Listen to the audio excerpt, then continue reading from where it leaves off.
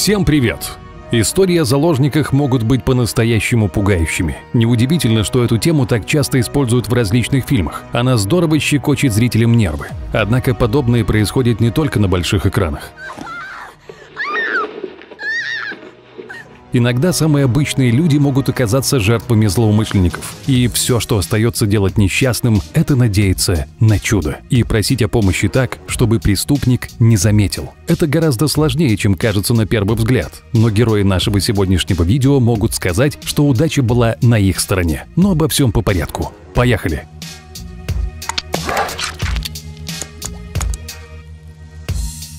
Пицца ради спасения.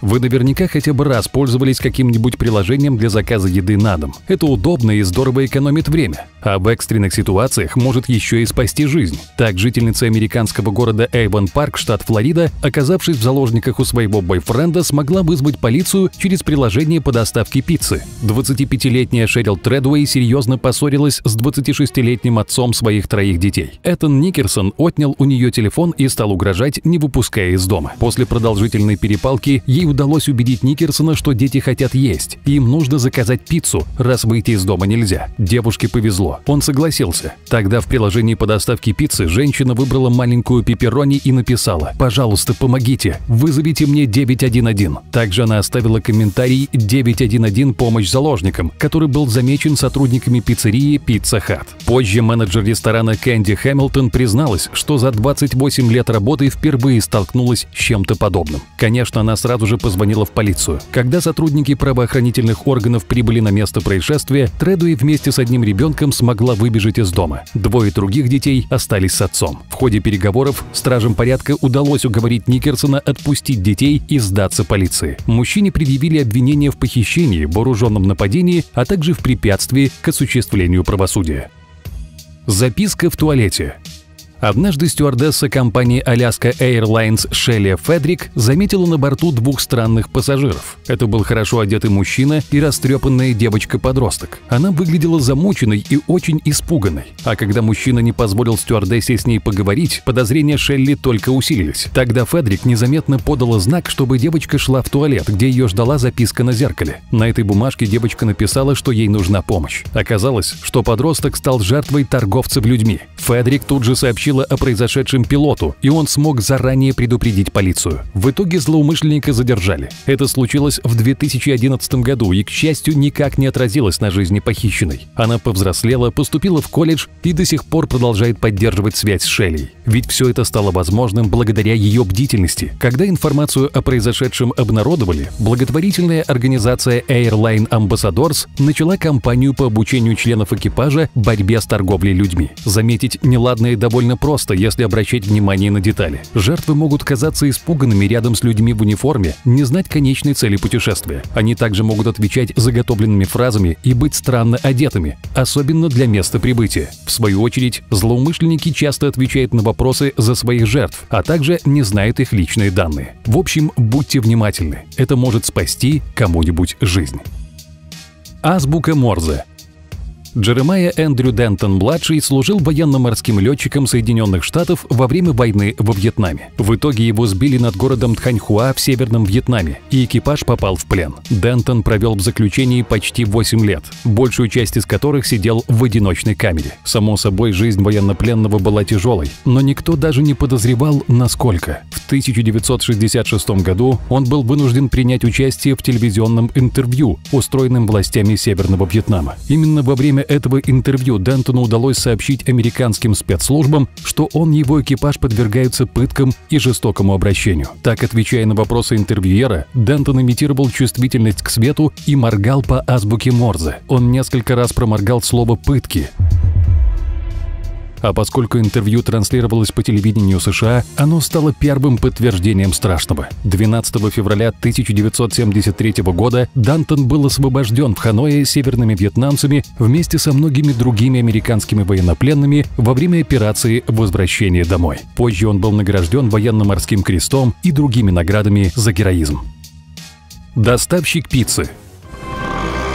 Да, еще одна история сообщения и чудесного спасения, связанная с пиццей. Возможно, мы недооцениваем это блюдо. В американском населенном пункте Уолде, штат Висконсин, доставщик пиццы спас женщину, которую похитил бывший партнер. Когда 24-летний Джон Грандл привез пиццу, он заметил в доме женщину. Она выглядела неважно. Под глазом был синяк. Женщина стояла за спиной человека, заказавшего пиццу, так что он не мог ее видеть. Зато все отлично видел Джон. Она показала на синяк под глазом и беззвучно прошептала «На помощь». Затем женщина добавила «Позвони в полицию». Вернувшись к машине, доставщик пиццы сразу же набрал номер службы спасения 911 и рассказал об увиденном. Прибывшие помощники шерифа выяснили, что пиццу заказал бывший партнер хозяйки дома. Он ворвался без приглашения, напал на женщину и взял в заложники, связав ее. В итоге злоумышленник признался, что хранит в машине пистолет. В итоге мужчине предъявили обвинение в домашнем насилии и похищении людей. Просьба без слов. Иногда, чтобы помочь человеку в ужасной ситуации, достаточно просто быть внимательным. Так сотрудник Кенгуру Экспресс однажды заметил, что женщина, сидящая в автомобиле возле магазина, выглядит как-то необычно. Она ничего не говорила, но жестами давала понять, что ей требуется помощь. Немедленно. Было около часа ночи, но полиция быстро приехала на место. Выяснилось, что женщина была похищена парнем по имени Хосе Рамос Сандовал. Когда преступник предложил ей прокатиться, женщина приняла его за друга своего друга, но очень быстро поняла, что ошиблась. Попытки покинуть авто ни к чему не привели. Сандовал удерживал ее силой и вез в неизвестном направлении. Оставалось только молча просить о помощи. Женщина понимала, что отзывчивость незнакомого клерка может быть ее единственным шансом на побег. К счастью, ей повезло. Следующие истории не совсем касаются заложников. Герои, упомянутые в них, не надеялись, что их спасут из заключения или же ожидали другой помощи. Но все же ситуации определенно стоят внимания. Ярлыки протеста.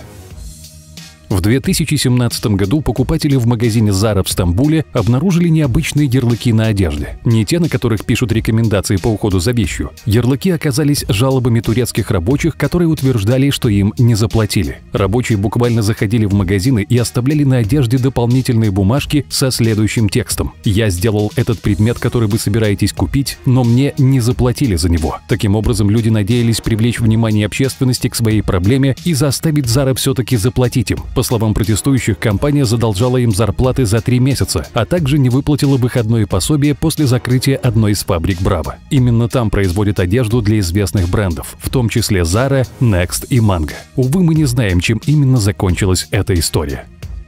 Письмо и надгробие. Однажды Джули Кейт из Портленда купила набор искусственных надгробий для Хэллоуина и отложила его на время. Когда она все-таки открыла набор через пару лет, то неожиданно обнаружила письмо, спрятанное между надгробиями. На нем было сообщение, аккуратно выведенное синими чернилами. И хотя написание некоторых слов было неправильным, смысл все равно удалось разобрать. «Сэр», — начиналось письмо, — «если вы время от времени покупаете этот продукт, пожалуйста, отправьте письмо во Всемирную организацию по правам человека. Тысячи людей будут благодарить и помнить вас всегда». В записке также говорилось, что набор украшений был изготовлен в 8-м отделении трудового лагеря Масандзя в Шиньяне, Китай. Там заключенные должны были работать по 15 часов в день, 7 дней в неделю под угрозой страшных наказаний. Джули была шокирована. Письмо, несомненно, было подлинным, и женщина постаралась сделать все, чтобы придать информацию огласке. И однажды с Джули связались Нью-Йорк Таймс. Им удалось найти автора записки. Выяснилось, что им был мужчина по имени Сунь И. Он действительно содержался в трудовом лагере за свои убеждения и решил рассказать всему миру о том, что именно происходит за закрытыми дверями. Сунь И написал около 20 писем и разложил их по коробкам с искусственными надгробиями. Но ничего не произошло. Мужчина был освобожден из Масандзя в сентябре 2010 года, а затем в 2012 году, просматривая западные новостные сайты в интернете, случайно наткнулся на историю о письме. Его письме. Выяснилось, что через 4 месяца после того, как история об украшениях Джулии стала вирусной, китайский журнал под названием Lens опубликовал информацию об обстановке в Масандзя. Онлайновая версия истории была позже удалена, но китайские власти, похоже, были потрясены публичностью. Вскоре после этого правительство объявило о закрытии системы трудовых лагерей и освобождении около 160 тысяч заключенных. Через некоторое время Сунь И удалось бежать из Китая, и он встретился с Джулией в Индонезии. Говорят, это было невероятно трогательно. Послание в бутылке. Обычно такие вещи, как послание в бутылке, можно встретить разве что в приключенческой литературе, но они срабатывают и в реальной жизни. В 2005 году корабль с мигрантами из Перу и Эквадора неожиданно вышел из строя у берегов Коста-Рики. Сопровождающие, которым заплатили большие деньги за работу, испугались, пересели на другое судно и бросили мигрантов. Да, просто так, на произвол судьбы. Судно дрейфовало, запасы еды быстро кончились, и пассажиры, казалось, были обречены. Оставалась последняя призрачная надежда – бросить в воду письмо в бутылке, ведь неподалеку были рыбацкие суда. Эта бутылка могла плавать по океану долгие годы, но, к счастью, рыбаки нашли ее всего 3 дня спустя. Они сообщили о находке местным властям, и корабль быстро обнаружили.